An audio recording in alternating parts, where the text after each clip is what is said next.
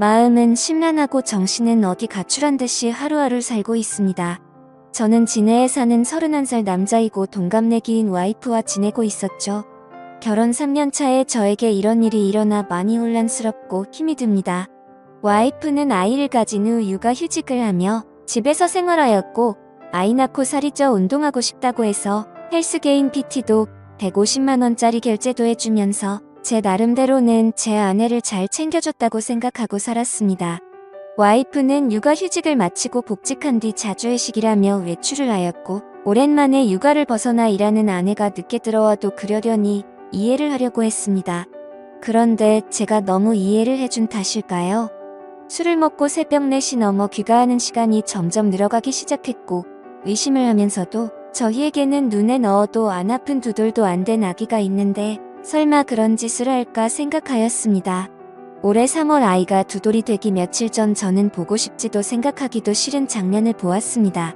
빌라 2층 베란다에 있는데 어떤 남자와 와이프가 함께 빌라 입구로 오더니 남자가 제 와이프에게 목에 멍자국 잘 가려라는 말을 하는 걸 들었습니다. 그 소리를 들은 저는 격분해서 베란다 위에서 뭐냐고 따지니 남자 놈은 택시를 타고 도망가듯 갔고 와이프는 집으로 올라오더니 회사 동생에게 무슨 짓이냐고 적반하장으로 나오는 겁니다. 아내는 술도 안 먹었다고 하는데 술 냄새가 났고 그 상태로 아기가 자고 있는 곳으로 가려고 해서 저는 그 몸으로 어딜 가냐고 화를 냈습니다. 그러고는 화장실에 들어가서 안 나오길래 장모님께 먼저 전화를 걸었고 팔은 안으로 굽는다고 장모님은 그럴 애가 아니다 라고 반복해서 말을 하시더라고요. 제가 장모님께 전화하는 걸 들었는지 와이프는 밖으로 나와서 장모님과의 통화를 끊어버리더니 나도 숨 좀 쉬고 살자고 하는 겁니다. 솔직히 와이프는 주간 야간을 번갈아가며 일을 하는 회사였었고 저는 야간이 없는 병원 일을 해서 칼퇴가 가능해서 애를 돌보는 건 온전히 제 몫이었습니다. 저는 5시 반 퇴근이라 어린이집에서 애를 데려오는 것도 제가 했고 집에 데려와 애를 씻기는 것도 밥을 먹이는 것, 재우는 것 그 모든 걸 제가 다 했습니다. 힘들지 않았다면 거짓말이겠지만 애를 제대로 볼보지 않는 아내에게 이교대하니까 힘들겠지 하면서 제가 다 했습니다. 와이프는 간혹 저와 함께 쉬는 날이면 2살인 애한테 계속 TV를 보여주며 혼자 놀게 두었고 와이프는 핸드폰만 만지작 거리는 게 일수였습니다. 술 먹고 들어온 그날 저와 말다툼을 하고 와이프는 집을 나갔고 그날 집에 들어오지 않았습니다. 나중에 알고 보니 회사 근처 숙박업소로 갔더군요. 다음날 아침에 얼마 전에 사줬던 와이프 차 안에 있던 블랙박스를 보니 가관이더군요. 며칠 전 봤던 그 남자와의 대화 녹음이었는데 누가 들어도 연인처럼 대화를 주고받더라고요. 손이 부들부들 떨리고 화가 나서 도저히 참을 수가 없었습니다. 그래서 저는 곧장 처가에 제가 본 영상 내용 다 말하고 장모님은 그제서야 용서해달라고 했지만 저는 용서할 자신이 없었습니다. 더 황당한 건 그 소식을 듣고 나중에 아내한테서 전화가 오더니 어떻게 할 건데? 라고 묻더군요. 그 전부터 저한테 바람피면 이혼이다. 라고 말한 여자였기에 이혼이다. 네가 한 짓은 간통이다. 뭐가 그리 떳떳하게 말하냐라고 했더니 간통죄 없어졌다고 뻔뻔하게 말하더군요. 그래서 저는 더 이상 이 여자와 살면 안 되겠다는 생각에 애기 데리고 나와 현재 본가로 들어와서 살고 있습니다. 이혼 준비하면서 와이프에 대해 이리저리 알아보니 대단하더군요. 전 직장에서 양다리 걸치고 그중 한 남자한테는 몇 100만원 빌린 뒤에 잠수 타버리고 대부업에 손대서 추심 들어올 뻔한 적도 있고 그랬다더군요. 도대체 왜 결혼 전에 그걸 알아볼 생각을 못했을까 후회도 되었고 결혼 전에 알았다면 얼마나 좋았을까 싶었습니다. 그리고 와이프가 만나는 남자에 대해서도 녹음된 이야기를 들어보니 작년에 군대 전역한 젊은 놈이더라고요. 그놈은 뭐가 좋다고 유부녀랑 놀아놨는지 참 어이가 없습니다.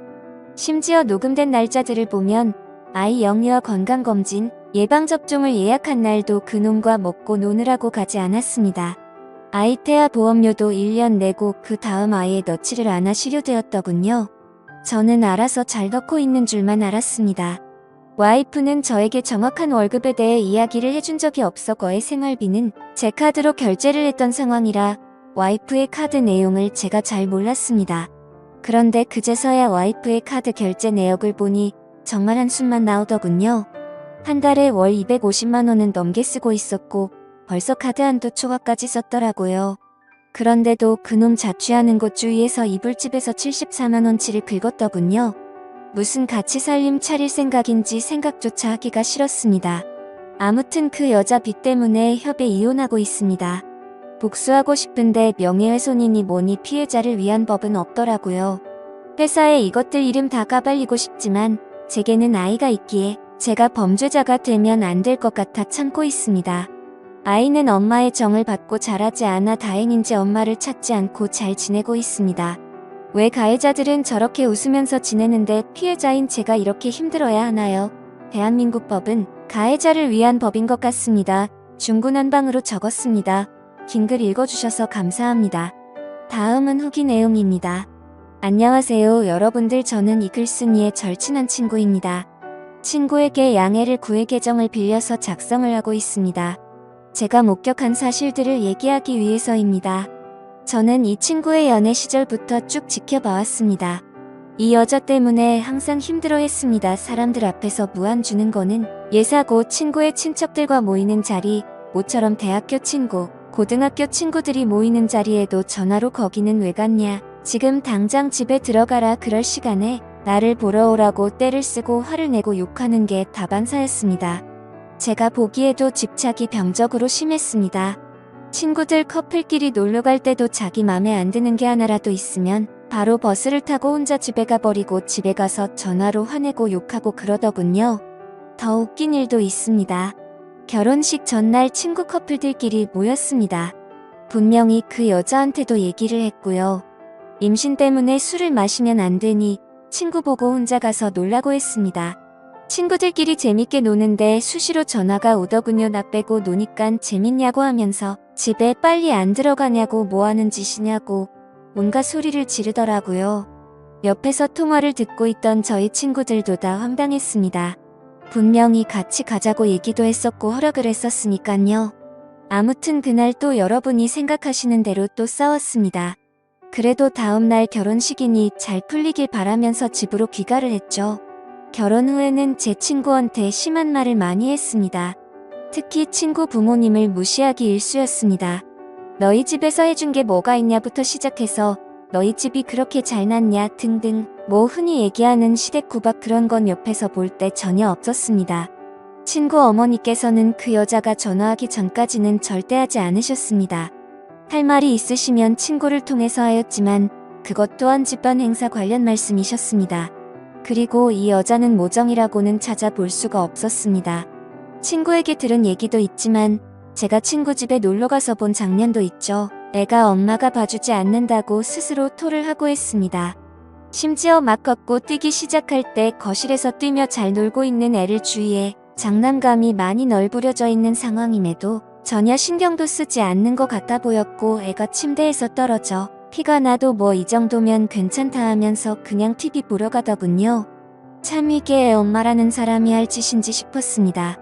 불륜 이후 친구가 많이 힘들어할까봐 제가 계속 붙어 있었습니다. 그 당시 친구의 누는 거에 돌기 직전이었으니깐요. 혹시나 사고를 칠까봐 혼자 둘 수가 없겠더라고요. 위에 친구가 작성한 글에도 있지만 그 사건 다음날 전화가 왔습니다. 예, 그때 제가 옆에서 다 들었죠. 간통죄 없어졌다. 갈 때까지 가보자. 오히려 적반하장으로 그 여자가 먼저 이혼 조건을 걸더군요. 그리고 이틀 후 법원에서 만났습니다. 친구는 도저히 혼자 갈 자신이 없다고 하면서 같이 동행해달라고 부탁을 해서였죠. 처음에는 친구 혼자 법원에 들어갔다가 주차장에서 기다리고 있는 저한테 전화가 와서 같이 있어달라고 하더군요. 무슨 일이지 싶어서 가봤습니다. 이 여자 정말 대단하더군요. 껌을 짝짝 씹으면서 본인이 먼저 조건을 제시했으면서 이제 와서 말을 다 바꾸더군요. 법원에서 어디선가 상담을 받고 온 듯 했습니다. 어찌 그리 뻔뻔하던지 도저히 참지 못하고 제가 법원에서 짜증까지 냈습니다. 오히려 친구는 차분해졌으나 제가 눈이 돌았어서 친구가 오히려 저를 말렸습니다. 작성하다 보니 다시 화가 날 정도로 상종 못할 인간이었죠. 제 친구 정말 많이 힘들어했습니다. 본인 일 아니라고 쉽게 말하시는 분들 익명이라고 그러지 않으셨으면 좋겠습니다. 제 친구에게 많은 격려와 위로 부탁드립니다. 감사합니다.